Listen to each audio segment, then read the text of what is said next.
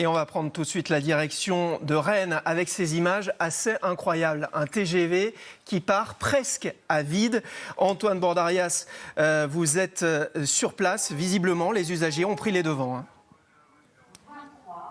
Exactement, Sébastien, c'est assez impressionnant. Regardez, on va rentrer dans ce TGV, c'est le TGV de 7h03 en direction de Paris. C'est le seul TGV qui part en direction de Paris ce matin. On va d'ailleurs y aller très rapidement parce qu'il part dans 1 minute et le sifflet vient tout juste d'être activé par un cheminot sur le quai. Eh bien, ce TGV est totalement vide. Attention Marion, quand tu redescends sur le quai, ce TGV est totalement vide.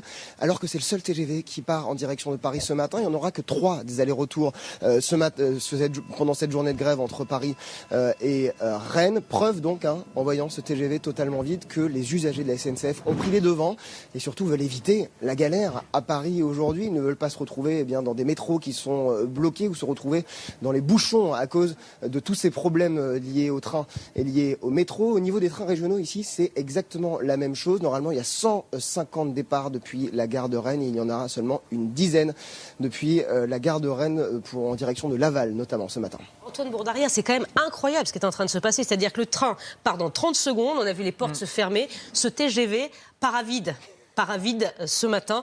Donc il y a beaucoup de trains effectivement qui sont vides. Pourquoi ? Bien parce qu'on a prévenu, il n'y en avait pas. Donc vous êtes résignés, vous avez pris d'autres moyens de transport.